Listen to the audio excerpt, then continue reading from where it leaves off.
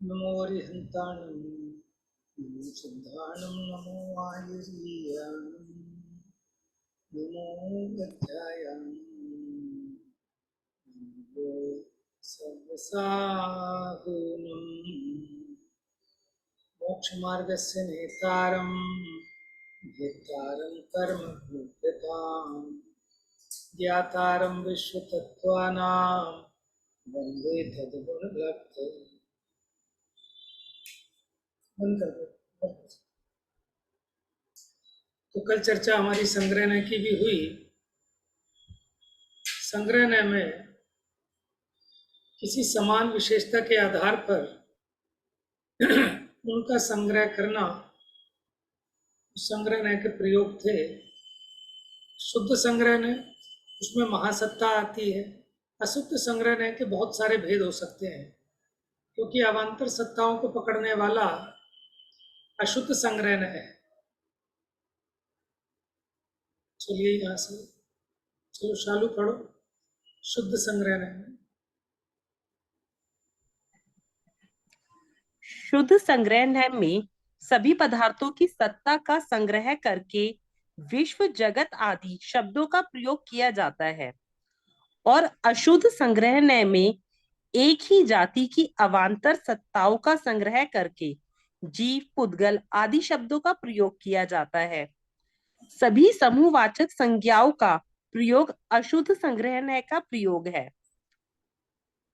अरहंत, सिद्ध, आचार्य, उपाध्याय, साधु, श्रावक, ज्ञानी, अज्ञानी, पापी, पुण्यात्मा, भोगी, त्यागी आदि हजार शब्दों के माध्यम से हम अशुद्ध संग्रहणय का ही प्रयोग करते हैं, क्योंकि इन शब्दों के द्वारा उनके वाच्यभूत एक जाति के अनेक पदार्थों का सामूहिक ज्ञान किया जाता है। देखो, एक जाति के अनेक पदार्थों का, वैसे ना यहाँ लिखा है कि समूहवाचक संज्ञाओं का। मुझे एक बात बताओ, इंग्लिश में नाउन होता है कॉमन नाउन, कलेक्टिव नाउन, ठीक है। जैसे कक्षा, सेना, ये कलेक्टिव नाउन है। लेकिन लड़का, घोड़ा, ये कॉमन नाउन है। हिंदी में आपको पता है इनको क्या बोलते हैं? एक तो होगी समूहवाचक संज्ञा, तो समूहवाचक संज्ञा तो कलेक्टिव नाउन होगी। और हाँ, कॉमन नाउन को हिंदी में क्या बोलते हैं? जातिवाचक भैया। जातिवाचक संज्ञा। Very good. तो ये जो है ना, यहाँ ये समूहवाचक मुझे उचित नहीं लग रहा, यहाँ होना चाहिए जातिवाचक संज्ञा। क्योंकि समूहवाचक क्या होगा? जैसे कक्षा, झुंड, सेना।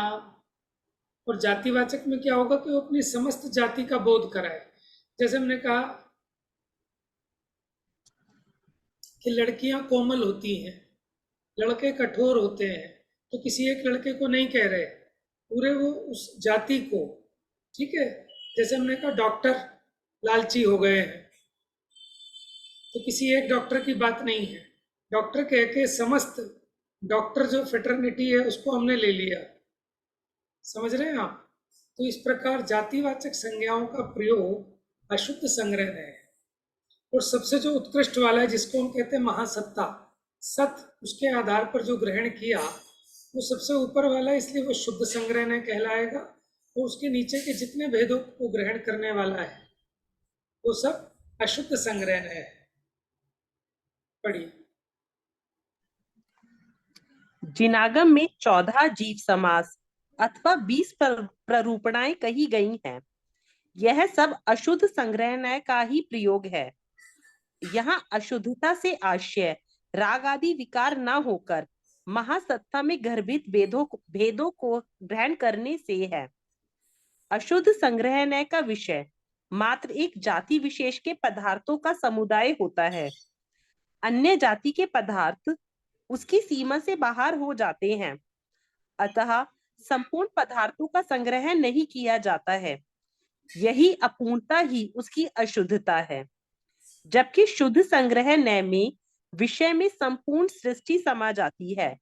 यही पूर्णता ही उसकी शुद्धता है। आपको अंतर समझ में द्रव्य आया शुद्ध और अशुद्ध संग्रह में? कि शुद्ध तो संग्रह भैया तो एक होगा, लेकिन अशुद्ध संग्रह बहुत सारे हो सकते हैं। जो सबसे टॉप का है, जिसमें पूरा विश्व आ जाता है। जैसे हमने कहा सत, तो ये शुद्ध संग्रहणय है, लेकिन उसके जितने अवान्तर भेद हैं, उसके अंतर्गर्भित जो भेद हैं, उसको ग्रहण करने वाले अशुद्ध संग्रहणय बहुत प्रकार के हो सकते हैं। जैसे हमने कहा त्रस, तो पूरी त्रस जाति का बोध करा रहा है, लेकिन ये अशुद्ध संग्रहणय है। हमने कहा संसारी, तो त्रस स्थावर सबका बोध करा रहा है, लेकिन फिर भी अशुद्ध संग्रहणय का विषय है। ठीक है, शुद्ध संग्रहणय का विषय जिसमें संपूर्ण पदार्थ ग्रहण हो जाए, ऐसा सत इस विशेषण के द्वारा सभी द्रव्यों का ग्रहण हो जाता है, इसलिए वो तो शुद्ध संग्रहणय का विषय है। पढ़िए आगे। तो भैया जीव शुद्ध संग्रहणय का विषय नहीं होगा? जीव शुद्ध संग्रहणय का विषय नहीं है, अशुद्ध संग्रहणय का विषय है, क्योंकि इसमें अजीब छूट गया ना। ठीक है सभी भैया। प्रकार के जीव तो आ गए, लेकिन अन्य उद्गल धर्म धर्म आकाश काल वो तो रह गए, इसलिए अशुद्ध संग्रहणय का विषय है। द्रव्य शब्द से समस्त द्रव्यों का, गुण शब्द से समस्त गुणों का तथा पर्याय शब्द से समस्त पर्यायों का संग्रह करना भी अशुद्ध संग्रहणय या अपर संग्रहणय है। द्रव्य के समान क्षेत्र, काल और भावों के संग्रह के प्रयोग भी हमारे जीवन में देखे जाते हैं। ग्राम, नगर, देश आदि शब्दों से आकाश के विशेष प्रदेशों का संग्रह करके संबोधित किया जाता है। एक मिनट,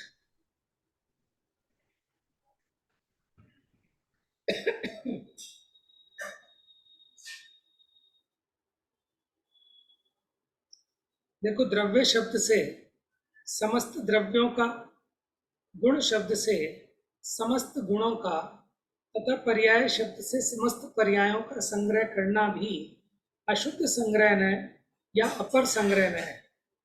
अब इसमें आपको कोई प्रश्न तो नहीं खड़ा हुआ?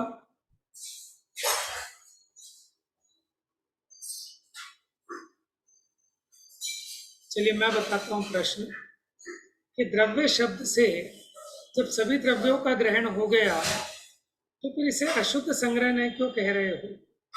इसे तो शुद्ध संग्रहणय कहना चाहिए, क्योंकि इसमें तो कुछ भी बाकी नहीं बचा। तो फिर यहाँ अशुद्ध संग्रहणय का क्यों कहा? अब यहाँ अपेक्षा पलट गई। अपेक्षा ऐसी पलट गई कि हमने तीन भेद किए, द्रव्य, गुण, पर्याय। तो इसमें हमने द्रव्य द्रव्य को पकड़ा, गुण पर्याय को छोड़ दिया, इसलिए अशुद्ध संग्रहणय का विषय हुआ। दूसरे वाले गुण में समस्त गुणों की बात तो आई, लेकिन द्रव्य और पर्याय की नहीं आई। पर्याय शब्द से सभी पर्यायों का ग्रहण हुआ, लेकिन द्रव्य और गुण का नहीं हुआ। इस अपेक्षा अशुद्ध संग्रहणय के विषय हुआ। अच्छा, जैसे हमने द्रव्यों में देखा, उसी प्रकार क्षेत्र में भी हम ऐसा प्रयोग कर सकते हैं, काल में भी, भाव में भी। जैसे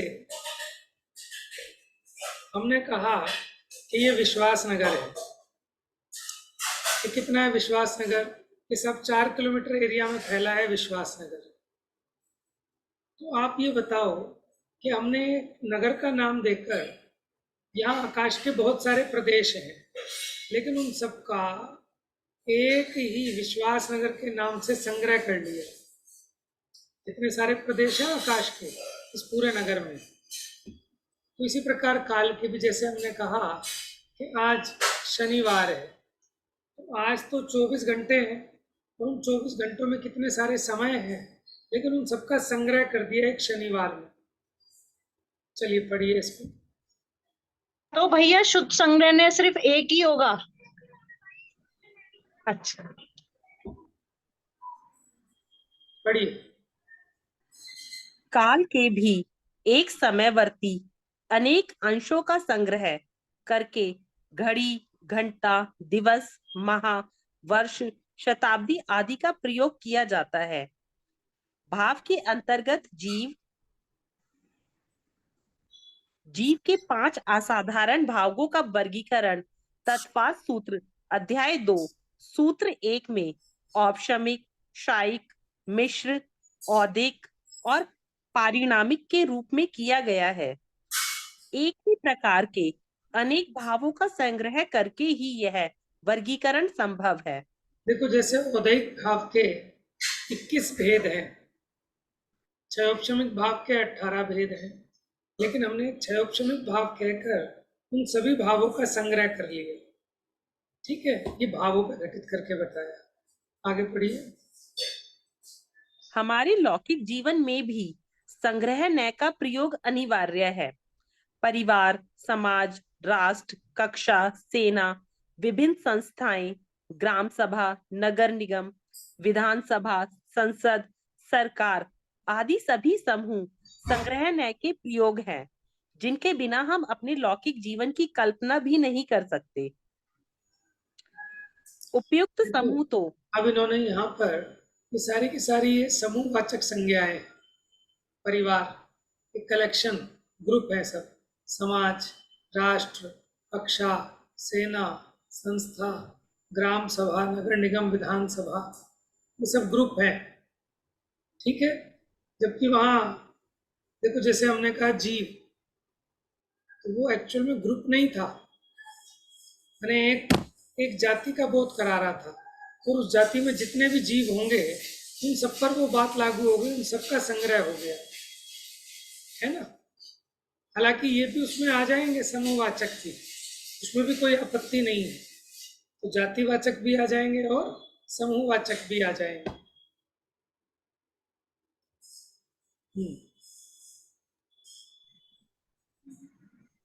पढ़ो भैया। उपयुक्त समूह तो व्यवस्था के आधार पर करना आवश्यक है, परंतु संस्कारों, विचारों, रीति रिवाज, रहन सहन, भाषा आदि के आधार पर भी यह मानव समाज हिंदू, मुस्लिम, सिख, ईसाई, बौद्ध, जैन, दिगंबर, श्वेतांबर, गुजराती, मराठी, हिंदी आदि अनेक समुदायों में विभक्त है।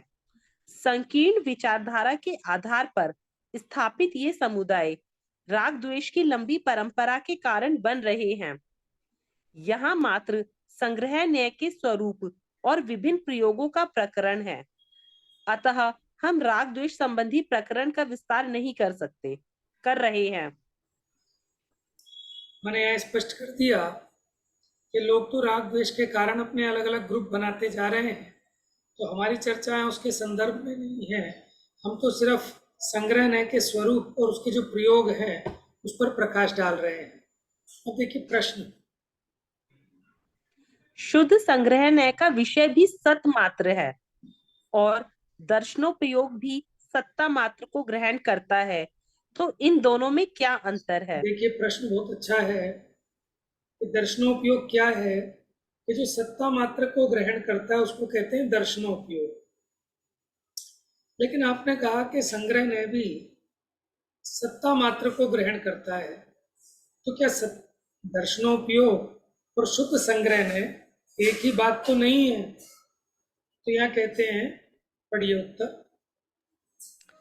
शुद्ध संग्रह न्याय अवान्तर सत्ता को गौण करके महासत्ता को मुख्य करके जानता है, तथा उसमें सत्ता के स्वरूप का आकार भी ज्ञान में बनता है, जबकि दर्शनोपयोग निराकार होता है तथा उसमें मुख्य गौण करने की प्रक्रिया नहीं होती है। तो देखो दोनों अलग अलग चीजें हैं। जो दर्शनोपयोग होता है उसकी सत्ता का ग्रहण मात्र होता है, ज्ञान नहीं होता, सामान्य अवलोकन होता है। तो जो दर्शनोपयोग है वो निराकार है, जबकि जो ज्ञानोपयोग है या जो शुद्ध संग्रह की बात है ये ज्ञान में जानने में आता है इसका विषय। तो शुद्ध संग्रह क्योंकि नय है और नय शुद्ध ज्ञान के अंश को कहते हैं, तो ये ज्ञान रूप है शुद्ध संग्रह, ये दर्शन रूप नहीं है, इसमें मुख्य गौण करके जाना जाता है, जबकि दर्शनोपयोग में मुख्य गौण क्या, वहाँ तो जानना होता ही नहीं, वहाँ तो सिर्फ उसकी सत्ता का ग्रहण मात्र है, सामान्य अवलोकन, प्रतिभास। तो इसलिए उन दोनों में अंतर है। अगला प्रश्न, एकांत अद्वैतवादी भी महासत्ता को स्वीकार करते हैं। देखो कौन होते हैं एकांत अद्वैतवादी? अद्वैत का मतलब होता है यूनिक, द्वैत मतलब दो, अद्वैत मतलब एक, समझे। तो जो कहते हैं कि जगत में कुछ नहीं है, बस एको ब्रह्म द्वितीयो नास्ति, एक ब्रह्म है दूसरा कोई नहीं है, वो है अद्वैतवादी, वो भी एक महासत्ता मानते हैं। किसकी? कि ब्रह्मा को महासत्ता मानते हैं। तो वो कह रहे हैं कि जैसे वो महासत्ता मानते हैं, कहीं हम भी तो वही महासत्ता की बात नहीं कर रहे? शुद्ध संग्रहणय में पढ़िए प्रश्न।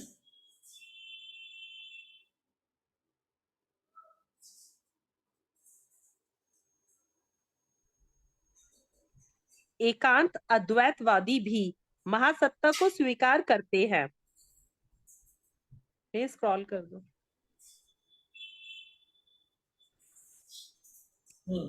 उनमें तथा शुद्ध संग्रह न्याय में क्या अंतर है? बताइए। शुद्ध संग्रह न्याय में अवान्तर सत्ताओं का सर्वथा निषेध नहीं है, अतः यह न्याय सम्यक एकांत है, जबकि एकांत अद्वैतवादी उनका सर्वथा निषेध करने से मिथ्या एकांती है। सर्वार्थ सिद्धि वचनिका अध्याय 1 सूत्र 33 की टीका में इन्हें संग्रहाभास या कुनय कहते हुए कहा है कि सांख्यमति एकांत से प्रधान को, व्याकरण करने वाले शब्दाद्वैत को, वेदांती पुरुषाद्वैत को और बौद्ध मत वाले संवेदना द्वैत को मानते हैं। ये सब नए मिथ्या एकांतवादी हैं। देखिए क्या अंतर पड़ा कि हम जो महासत्ता मान रहे हैं वो हम उसको मुख्य करके, लेकिन उसके अंदर जितनी अवान्तर सत्ताएं हैं हमको वो भी स्वीकार है, लेकिन अभी अवान्तर सत्ता गौण है और महासत्ता मुख्य है। लेकिन ये जो अन्य मत वाले हैं, एकांत अद्वैतवादी, ये महासत्ता को ही मानते हैं, उनकी अवान्तर सत्ताओं को मानते ही नहीं। तो बिना अवान्तर सत्ता के महासत्ता कैसे सिद्ध होगी? ठीक है, इतनी सी बात। इस प्रकार संग्रह न्याय का प्रयोग हमारे जीवन में अत्यंत गहराई से व्याप्त है। और व्यवहार न्याय क्या करेगा कि संग्रह न्याय ने जिन समानता के आधार पर इनका संग्रह किया था, अब व्यवहार न्याय इसके द्वारा एकत्र किए गए जो विषय थे उनके बीच में जो विभाजन रेखा है उसके आधार पर इनके भेद करेगा। संग्रह न्याय की प्रवृत्ति संग्रह करने की थी और व्यवहार न्याय की प्रवृत्ति उनके भेद करने की होगी। जैसे संग्रह न्याय ने संग्रह किया, क्या संग्रह किया कि जीव, तो व्यवहार न्याय क्या करेगा कि संसारिणो मुक्ताश्च, कि जीव के दो भेद करेगा, संसारी और मुक्त। ठीक है, अब ये भी बहुत बहुत भेद कर सकता है कि फर्दर फिर संसारी के और भेद करे, त्रस स्थावर, फिर त्रस के और भेद करे, 2 इंद्रिय 3 इंद्रिय 4 इंद्रिय पंचेंद्रिय। ठीक है, पढ़िए। कार्तिकेयानुप्रेक्षा गाथा 273 के अनुसार जो न्याय संग्रह न्याय के द्वारा अभेद रूप से ग्रहित वस्तुओं का परमाणु पर्यंत भेद करता है वह व्यवहार न्याय है। सर्वार्थ सिद्धि वचनिका के अनुसार संग्रह न्याय से ग्रहण किए गए वस्तु समूह का विधि पूर्वक भेद व्यवहार न्याय करता है। इंपॉर्टेंट कोई बात है पूछता है विधि पूर्वक भेद, ये नहीं कि जहां मर्जी से भेद कर दिया, कि जहां जिस संबंध के आधार पर उनको एक किया था उसी आधार पर विभाजन करना है विधि पूर्वक। समझ में आ रहा है? भैया, हाँ जी, अवान्तर सत्ता और व्यवहार न्याय में क्या डिफरेंस हुआ? देखो बता रहा हूँ। अवान्तर सत्ता और व्यवहार न्याय में क्या डिफरेंस है, क्योंकि तीनों ही समझना। देखो, जब हम कोई एक महासत्ता की बात हमने की, जैसे सत, तो सत क्या है कि सत में 6 द्रव्य हैं। गेट खोल दो। तो वो 6 द्रव्य क्या है, उसकी अवान्तर सत्ता है। ठीक है, अब जैसे जीव है, अब जीव की अवान्तर सत्ता क्या है, संसारी और मुक्त। बात समझ में आ रही? अवान्तर सत्ता, ये तो अवान्तर सत्ता थी। अब देखो संग्रह क्या है कि जो अवान्तर सत्ताएं हैं उनका संग्रह करना, संसारी और मुक्त अवान्तर सत्ता थी, उनका संग्रह किया, तो इससे ऊपर वाली एक सत्ता बन गई जिसको हम कहेंगे जीव। फिर जीव, पुद्गल, धर्म, धर्म, आकाश, काल, ये फर्दर अवान्तर सत्ताएं हैं। फिर इनका संग्रह किया तो बन गया सत। अब ये लास्ट है इसलिए इसको महासत्ता बोला। अच्छा, अब भेद क्या होगा, व्यवहार क्या होगा कि जैसे सत, अब जो इसकी अवान्तर सत्ताएं हैं उनके आधार पर इसमें भेद करना। अवान्तर सत्ता उसका बेस है जिसके आधार पर हम संग्रह अथवा व्यवहार करते हैं। ठीक है। अब अवान्तर सत्ताएं क्या क्या है इसमें कि जीव, पुद्गल, धर्म, धर्म, आकाश, काल, तो इनकी अवान्तर सत्ताओं के आधार पर इसमें भेद करना। ये जो जीव है वो सत है, वो 6 प्रकार का है, जीव, पुद्गल, धर्म, धर्म, आकाश, काल। फिर जीव की अवान्तर सत्ताओं के आधार पर उसमें और विभाजन करना। ठीक है। अथवा यूं कहो कि अब उस जीव में विभाजन किए तो 2 अवान्तर सत्ताएं बन गई। बन क्या गई, वो उसमें गर्भित थी। तो 2 अवान्तर सत्ताएं कौन सी, ये संसारी और मुक्त। फिर संसारी में और भेद डाला तो त्रस और स्थावर, ये 2 अवान्तर सत्ताएं हो गई उसकी। भेद करने का मतलब अवान्तर सत्ता नहीं है, भेद करके जो उसका एक माने छोटा भेद प्राप्त हुआ। देखो, एक तो भेद है वर्ब और एक भेद है नाउन। एक भेद का मतलब है भेद करना, और भेद करके जो अंश प्राप्त हुआ उसको भी उसका एक भेद कहते हैं। आपको थोड़ा बहुत न्याय व्याकरण थोड़ा सा समझ में आएगा ना, तो आपको अच्छा स्पष्टीकरण होगा। तो एक अवान्तर सत्ता तो उसका एक भेद है, लेकिन वो भेद कैसे प्राप्त हुआ कि जो मूल सत्ता थी उसमें भेद करने पर, विभाजन करने पर, तो भेद करना क्रिया है, और वो भेद करने पर जो अंश प्राप्त हुए हमें अलग अलग, वो अवान्तर सत्ताएं, वो भेद है। चलिए पढ़िए। कोई पूछता है विधि क्या है, उससे कोई पूछता है विधि क्या है। कहाँ गए? भैया यही हूँ, वो कुछ आ गया था उसके ऊपर। ठीक है, पढ़िए। कोई पूछता है विधि क्या है, उससे देखो क्या कहते हैं। इन्होंने कहा था ना कि विधि पूर्वक भेद करना, तो ये विधि पूर्वक क्या, विधि क्या चीज है, पढ़िए। संग्रहण से ग्रहण किए गए पदार्थों से शुरू करके उसके विशेषों के आधार पर भेद करना ही विधि है। समझ गए आप कि जो विशेष हैं उनमें जो अवान्तर सत्ताएं हैं उनके आधार पर ही डिवीजन करना।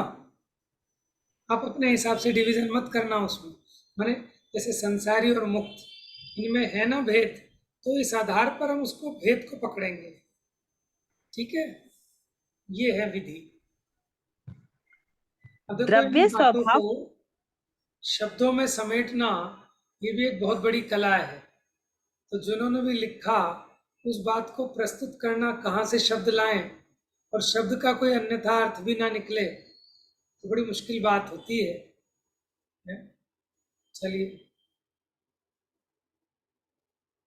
द्रव्य स्वभाव प्रकाशक नैचक्र गाथा 209 के अनुसार जो संग्रहणय के द्वारा ग्रहित शुद्ध अथवा अशुद्ध अर्थ का भेद करता है वह व्यवहार न है।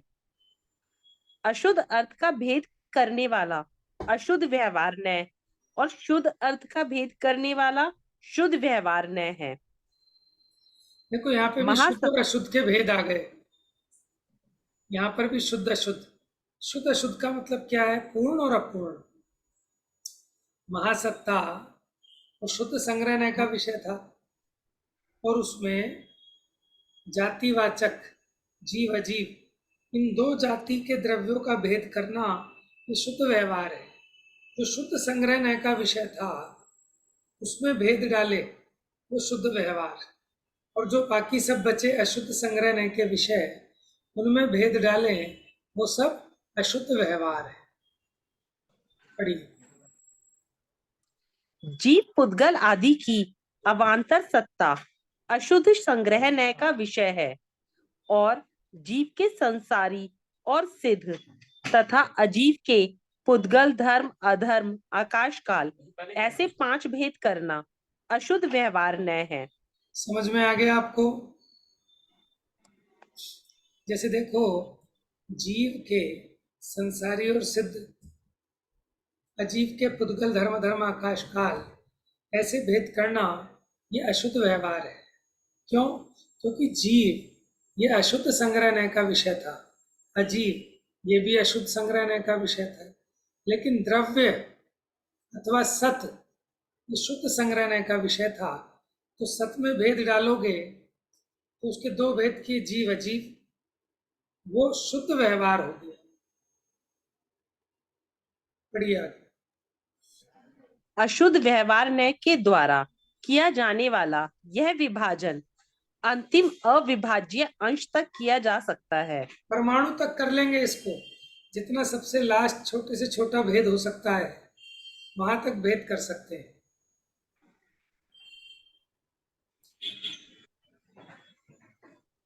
पढ़ूं भैया? और प्रश्न, नैगम आदि सप्त नयों के अंतर्गत व्यवहार न्याय में और निश्चय व्यवहार न्याय के अंतर्गत व्यवहार न्याय में क्या अंतर है? देखिए, प्रश्न बहुत बढ़िया है। एक तो निश्चय व्यवहार में व्यवहार आता है, ठीक है, आपने 2 नयों के नाम सुने होंगे, निश्चय नय और व्यवहार नय। लेकिन इन 7 नयों में भी एक व्यवहार नय आ रहा है, तो दोनों एक हैं कि अलग अलग है? बढ़िया।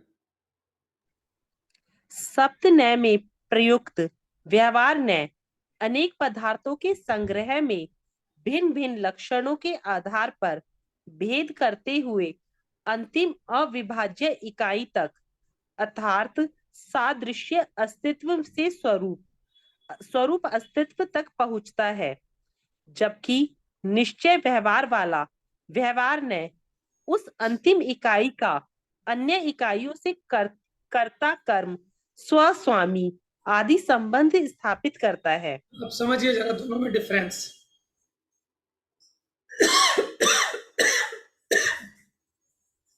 ये जो सप्त नयों में व्यवहार ने बताया, इसका काम क्या था कि जो सादृश्य अस्तित्व था, जैसे हमने कहा था सत, तो सब में पाया जाता है सादृश्य, माने समान रूप से सब में दृश्य हो, देखा जाए, उसको कहते हैं सादृश्य। तो जो सत था वो सतपना तो सभी में दिखाई देता है, तो सत कहकर सारे द्रव्यों को उसने संग्रहित कर लिया था। अब उस सादृश्य अस्तित्व से स्वरूप अस्तित्व तक आएंगे, अंतिम इकाई तक। अब जैसे सत कहा था, अब 2 तरह के उसमें जीव और अजीव, फिर जीव संसारी मुक्त आदि, अजीव में पुद्गल धर्म धर्म आकाश काल, फिर उनके और भेद, फिर और भेद, ऐसे वो अंतिम इकाई तक पहुंचाएगा आपको, ठीक है, उन भेदों का ज्ञान कराएगा। लेकिन निश्चय व्यवहार वाला व्यवहार क्या करता है कि एक इकाई को किसी दूसरी इकाई का कर्ता, दूसरी इकाई का कर्म, दूसरी इकाई का भोक्ता, माने 2 अलग अलग इकाइयों में संबंध स्थापित करता है, वो निश्चय व्यवहार वाला व्यवहार है।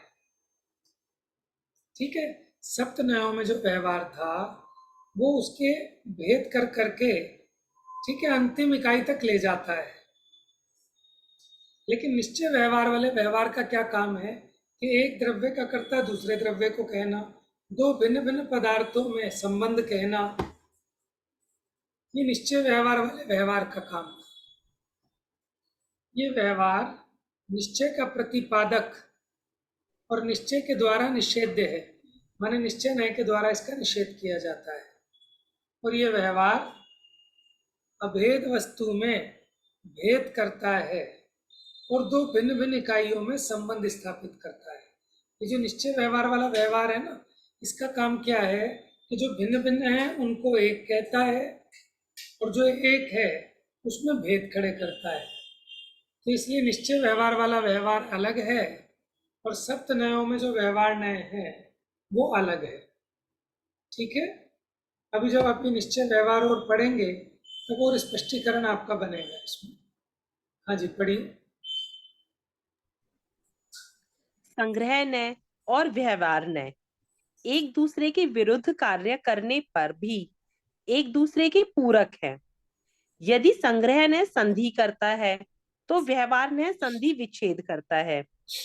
यदि संग्रह नय समास समास करता है तो व्यवहार नय समास विग्रह करता है। नैगम, संग्रह और व्यवहार नय इन तीन नयों का द्रव्यार्थिक नय के अंतर्गत माना गया है, तो ऋजु सूत्र आदि चार नयों में पर्यायार्थिक नय के अंतर्गत माना है। यद्यपि महासत्ता को विषय बनाने वाला संग्रह नय शुद्ध द्रव्यार्थिक नय और उसमें अवांतर सत्ता के भेद को विषय बनाने वाला व्यवहार नय अशुद्ध द्रव्यार्थिक नय कहलाता है। तथापि संग्रह नय के शुद्ध संग्रह नय और अशुद्ध संग्रह नय तथा व्यवहार नय के भी शुद्ध व्यवहार नय और अशुद्ध व्यवहार नय ऐसे दो भेद भी किए गए हैं। यहाँ यह बात विशेष ध्यान देने योग्य है कि समानता के आधार पर अनेक वस्तुओं में एकता स्थापित करने पर भी प्रत्येक पदार्थ की स्वतंत्र सत्ता नष्ट नहीं हो जाती है। यदि उनकी स्वतंत्र सत्ता का सर्वथा निषेध किया जाए तो अद्वैत कांत का प्रसंग आता है, जो कि जैन शासन में निषिद्ध है। देखो, अद्वैतैकांत का पर भी बड़ी एक ही मात्रा है ना, तो अद्वैत जमा एकांत, इनकी संधि की तो हो गया अद्वैतैकांत। क्यों? कि इन्होंने उसकी जो अवान्तर सत्ताएं थी उनका अपना न्यारा न्यारा स्वरूप अस्तित्व नहीं माना। जैसे हमने सत कहकर छहों द्रव्यों को एक रूप से ग्रहण किया, लेकिन फिर भी हम जीव की न्यारी सत्ता, पुद्गल की न्यारी सत्ता स्वीकार करते हैं। लेकिन अद्वैत एकांत वाला वो अवान्तर सत्ता को, उनके स्वरूप अस्तित्व को स्वीकार नहीं करता।